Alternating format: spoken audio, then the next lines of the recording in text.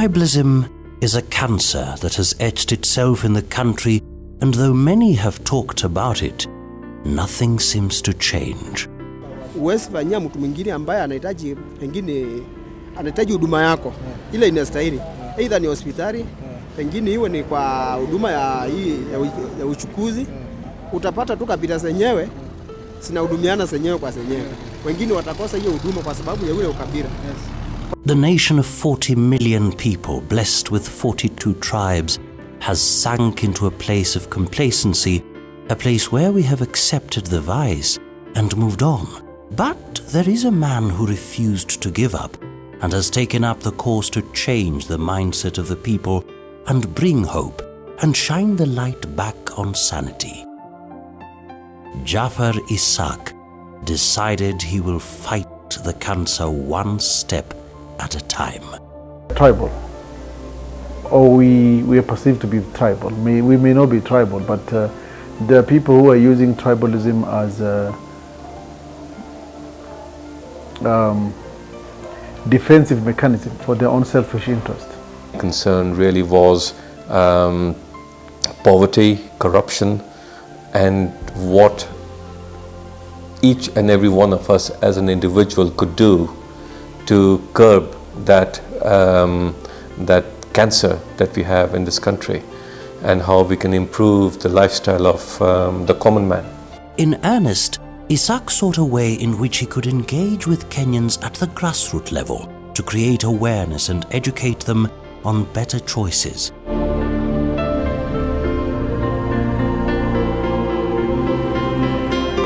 He soon realized that though many point accusing fingers at the political leaders who use tribalism to their gain, they forget 3 other fingers accuse them of the same. He came to me and told me he wants to be the president of Kenya, which has like 43 tribes, whereas his own people in his own backyard, people are fighting. So the first thing he needs to do is to stop the tribalism. People need to identify themselves as Kenyan first rather than their tribe. Thus, the journey to finding a long-lasting solution to this cyclic problem began.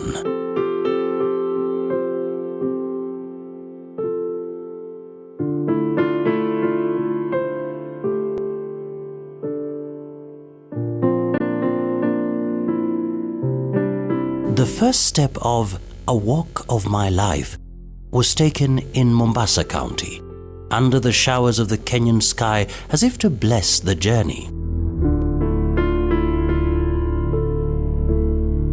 But getting here was no mean feat. Many, he told of this noble idea and hoped for support from, scoffed at the idea, labeling him a madman. It dawned on Isaaq he was on his own. However, the desire for a tribalism-free Kenya was so strong he refused to be bogged down. So on he went.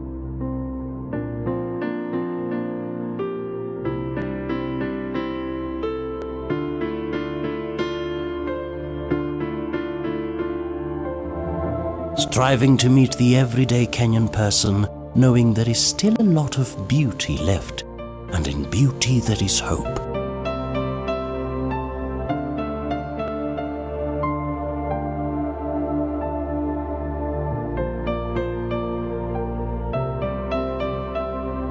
Though Isaaq may not have understood the words from the melody, they danced together to the rhythm, and here you got a glimpse of the Kenya that could be, embracing diversity and shunning ethnic division.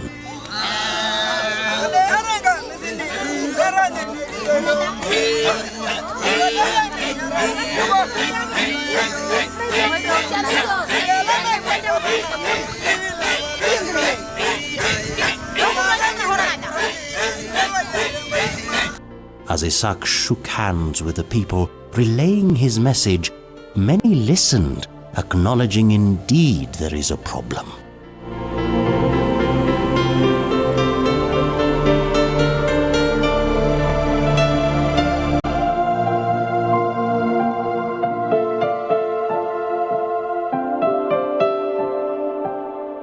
More importantly, there were those who took the message to heart and would not be left behind in contributing what they could spare to a much-needed cause.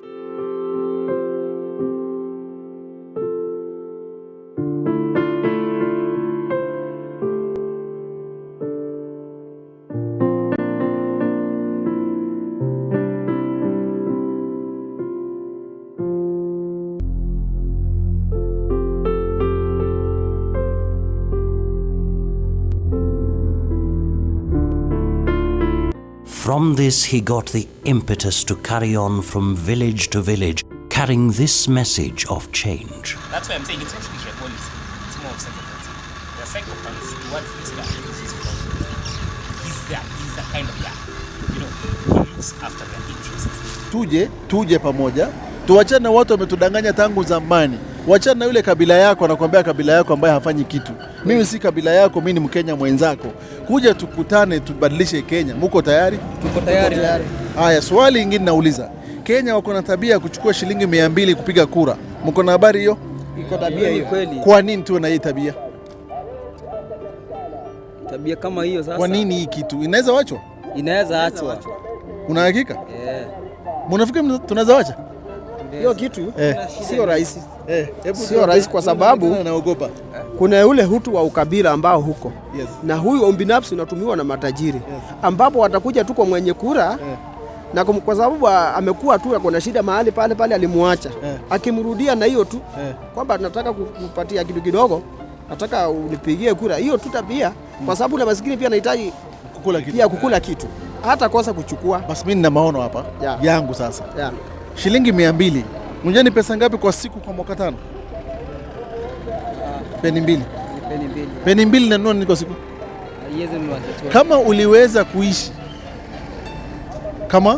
kuishi mwaka 4 mwezi 9 na siku kadhaa bila huyu mwanasiasa kupatia 200, kwa nini usiweze kukaa siku hiyo 2-3 peke yake?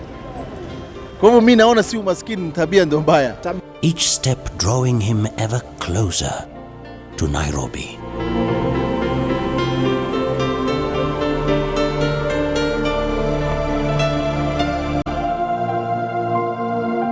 "22 days later, Jafar Isaaq, the torchbearer against tribalism, arrived in the capital city of Nairobi.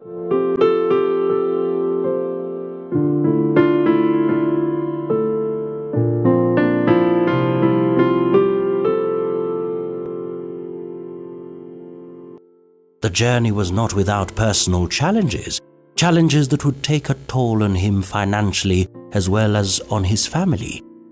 Being away from the home where he once could comfortably provide, and now for the first time as a breadwinner, he was stuck and didn't have the answers. In terms of the family, we also had to undergo a lot of changes, Like my kid and I had to travel to where he was every weekend to supply him with what he needed, water, food, because he couldn't carry the whole stock with him, so we had to keep on driving. We went to Samburu, we were with him, where was that? Around Voi. We went up to the Sabo West Gate. But the Sabo West Gate, I went alone because it was very far and my kids are very young. So I had to drive all the way from Mombasa to the place to deliver whatever they wanted. My husband was really affected. He lost so much weight. He was tired. He was cranky. As a family, it really, really, really affected us. For a moment, Isaaq wanted to give up. The strain was becoming unbearable, but a friend helped him forge on. This was only the end of the first leg of his mission. There was still some more groundwork to be covered.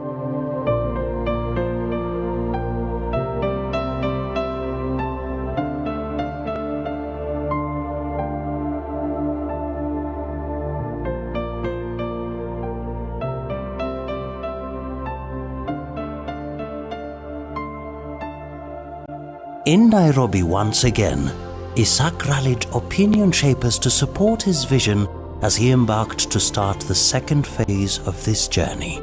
The problem was widely acknowledged. From residents of Nairobi, a tidy sum of 876,000 shillings was collected to keep the journey moving forward.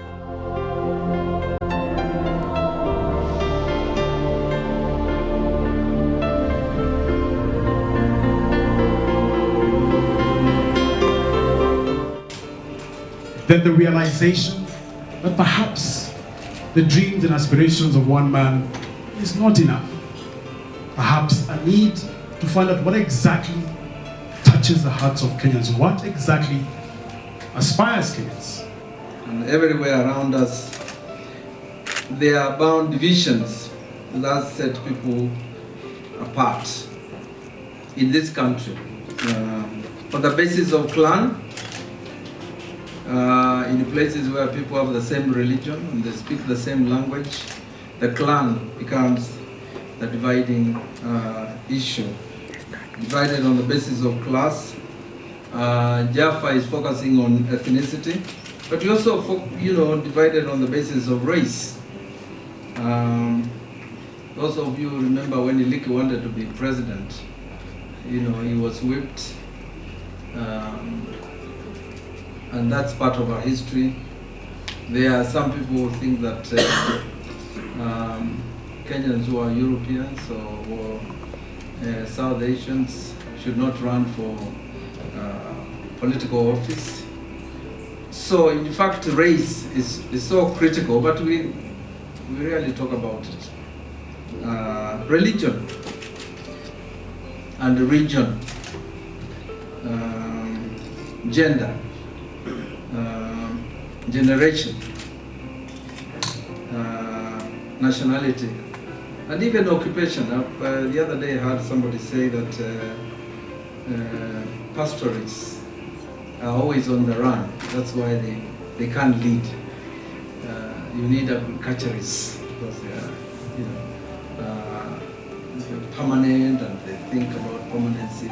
And those things are created every day. The stereotypes, and this hurts us a lot in this country because none of these divisions has healed numerous afflictions, so reduced our ignorance, reduced our want, or in any way resolved the numerous problems that beset us as individuals and as a society. This next phase was a bit more personal. Moyale was dearest to his heart. A lot of people got hurt in the last elections. There were tribal-related clashes, and this is what hurt Jaffer very much because he used to come and he used to feel very, very sad about the ongoings of what is happening in Moyale and that nobody is taking any action about it. Nobody is reading about it. It's not being brought out in the press or anywhere. And to highlight what went wrong in Moyale and to bring the city in the limelight was his first plan to do something on a national scale, to let people know what is going wrong.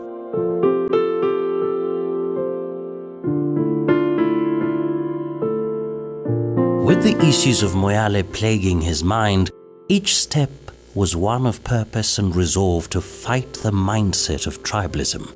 Here too, Jaffer mingled freely with the locals, sharing with them his ideals and they theirs.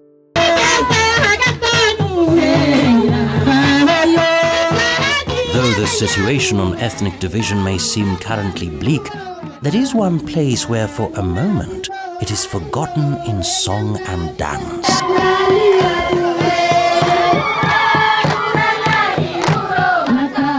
And maybe the temporary unit shared can translate to every aspect of the residents' lives, a dream Jaffer is fighting to make a reality.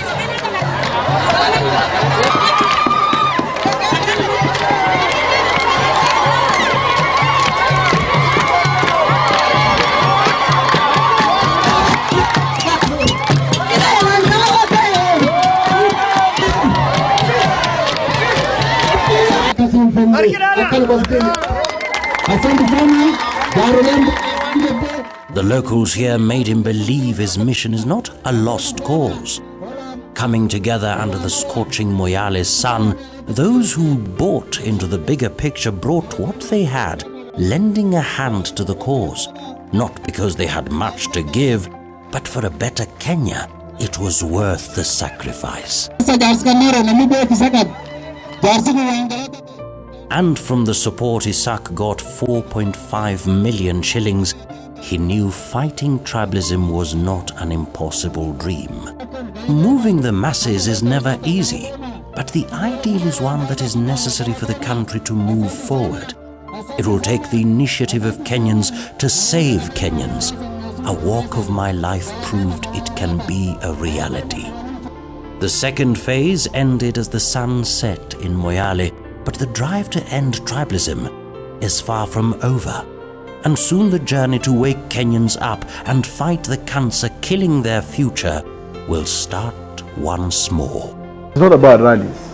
It's about an individual walking to the people, the offices, door to door, homes, colleges, schools, churches and mosques, and telling Kenyans that the time is now where everybody in this country to take our personal responsibility, not to wait for the government or institutions, so that the nation can come together. As long as there is one person willing to bear the burden of change, then change will surely come, no matter how long it takes.